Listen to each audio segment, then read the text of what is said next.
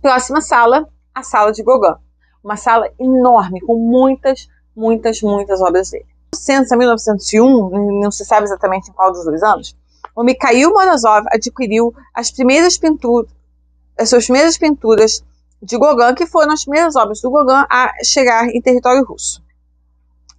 Depois disso, entre 1907 e 1910, o Ivan trouxe outras 11 pinturas também do Gauguin. Ele levou outras 11. Então, no final, essas 13 obras do Gauguin pertencentes aos Morozov cobrem todo o período dele no Tahiti, com exceção de Café em Arles, de 1888, que foi pintada para ser tipo um espelho, né, um reflexo, né, do Night Café do Van Gogh, que é do mesmo ano, que também foi comprada pelo Ivan, e que evidenciam o interesse dos irmãos nos temas exóticos do Gauguin. No Tahiti, o Gauguin fez os seus primeiros elementos sintéticos e levou eles ao extremo. Ele tinha 3 objetivos: respeitar a aparência externa, né, das formas naturais, expressar os seus sentimentos em relação à natureza, em relação a essas formas, e também alcançar o máximo de pureza estética de linha, cor e forma. A falta total de perspectiva, os círculos, as cores puras definem um visual estético, né, um universo visual totalmente próprio e idiosincrático, influenciado pelos nabis, de quem eu já falei, e pelos fauvistas. A coleção Morozov atesta, né, digamos assim, vazias, né, assim, as viagens, né, os delírios, tanto culturais quanto pictóricos, do Gauguin no mundo que até então era muito enigmático dos trópicos. O Gauguin, ele sonhava, né, com horizontes distantes, com ilhas né, virgens, intocadas, e também tinha o objetivo de viver num estado, né, de pureza, né, num estado quase assim, digamos, de natureza, né, falando em termos russonianos, né, ele queria voltar para o estado de natureza mais puro, longe das deturpações, né, e das corrupções, né, e das violações da civilização, né, digamos assim. Eu também tenho uma visão, né, bastante, né, de bom selvagem, digamos assim. E eu tenho também um vídeo aqui sobre Gauguin e falo sobre a posição muito problemática que ele tinha em relação à sua própria posição de homem branco, francês, europeu, ocidental, no Tahiti, que era então colônia francesa, a relação que ele tinha com o objeto da sua pintura, a relação que ele tinha com os nativos, tudo bastante complexo. Tem um vídeo só sobre isso, chama Paul Gauguin e o Colonialismo, também vou deixar aqui, particularmente um vídeo que eu gosto bastante, também vou deixar aqui linkado na descrição, então quem quiser saber um pouco mais sobre isso. Mas, né, o Gauguin foi um homem, né, um renunciante, né, completo, ele inclusive tinha sido banqueiro, faliu, perdeu tudo, e abandonou a sua família, sua mulher com filhos, abandonou tudo que ele tinha em Paris e foi embora para o Tahiti, e lá se estabeleceu em busca, né, desse ideal de uma vida pura, próximo da natureza, e isso se refletia também nas suas escolhas estéticas. Ele era um homem extremamente inteligente, mas era um homem extremamente complexo, de extremo difícil convívio, segundo as pessoas, né, que seus contemporâneos. Tinha sífilis, espalhou sífilis no Tahiti, uma história de vida muito complicada, um alcoolismo gravíssimo, essa fuga, né, para uma civilização completamente, né, diferente da sua própria, enfim, vários aspectos muito complexos que existem na relação do Gauguin com os trópicos, né, e que permeiam aí a sua biografia, mas que nada tem a ver com o valor inegável, né, artístico das suas obras, e, né, justificadamente tem essa sala enorme lá dedicada a ele na coleção Morozov. Quando ele chegou no Tahiti, ele deu a ele mesmo, né, essa tarefa de catalogar os rituais dos povos, né, nativos, né, dos povos que chamaríamos de indígenas, assim. Colocou meio que na posição, né, de um etnógrafo, né, de um antropólogo dedicado a registrar a vida dessas outras populações. A próxima sala, a do Van Gogh. Uma única obra, mas que obra!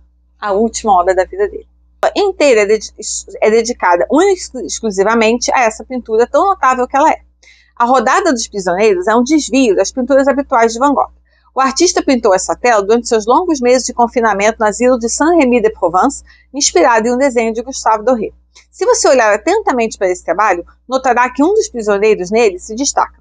Com os braços estendidos no meio do círculo olhando para o espectador, o próprio Van Gogh se representou no traje de um preso no corredor da morte. Meses antes, o Van Gogh tinha tentado ir embora, né, do asilo psiquiátrico, onde ele tinha ele mesmo voluntariamente se internado, né, em maio de 1889.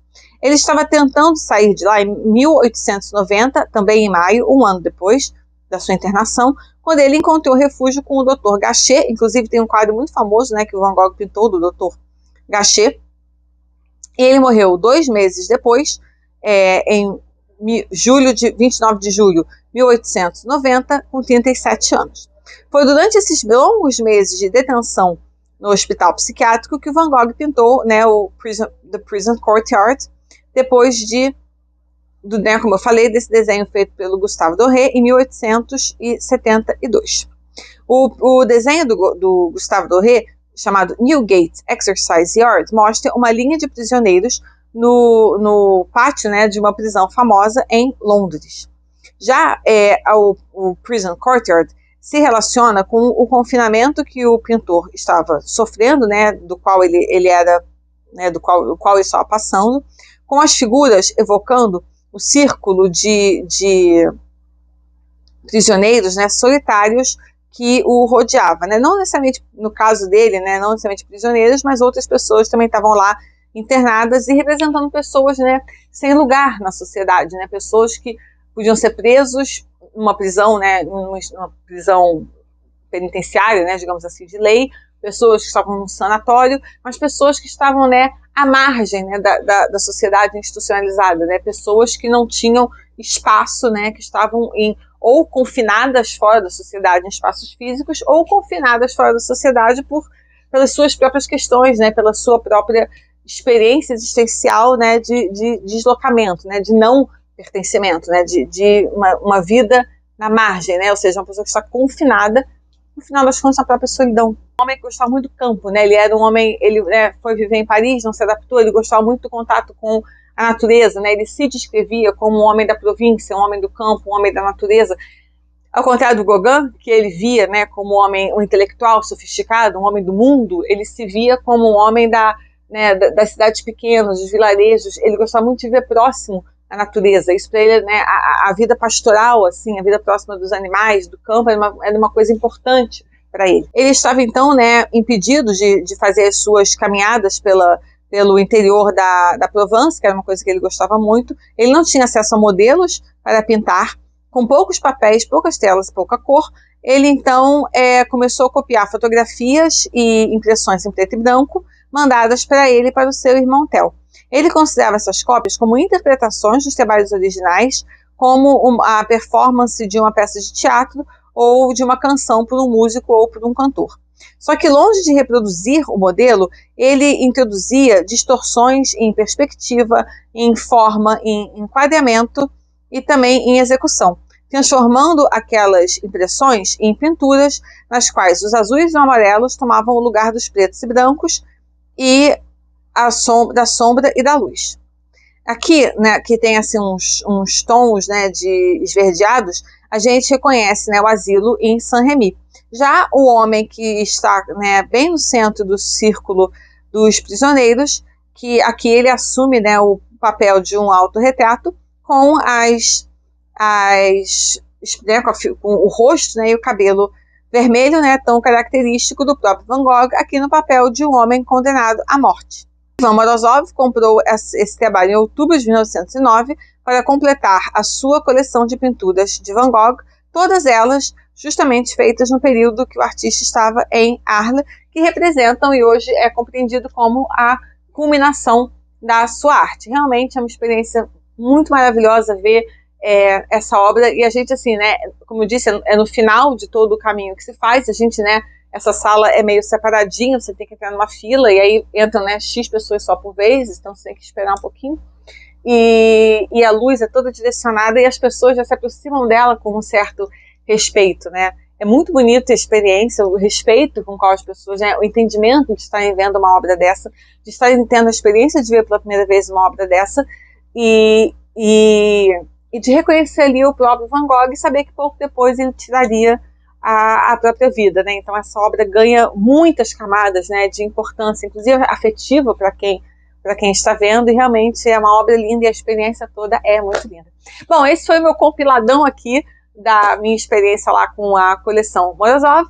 Espero que vocês tenham gostado. Vão vir outros vídeos aí de algumas outras exposições e museus que eu estive agora nas férias.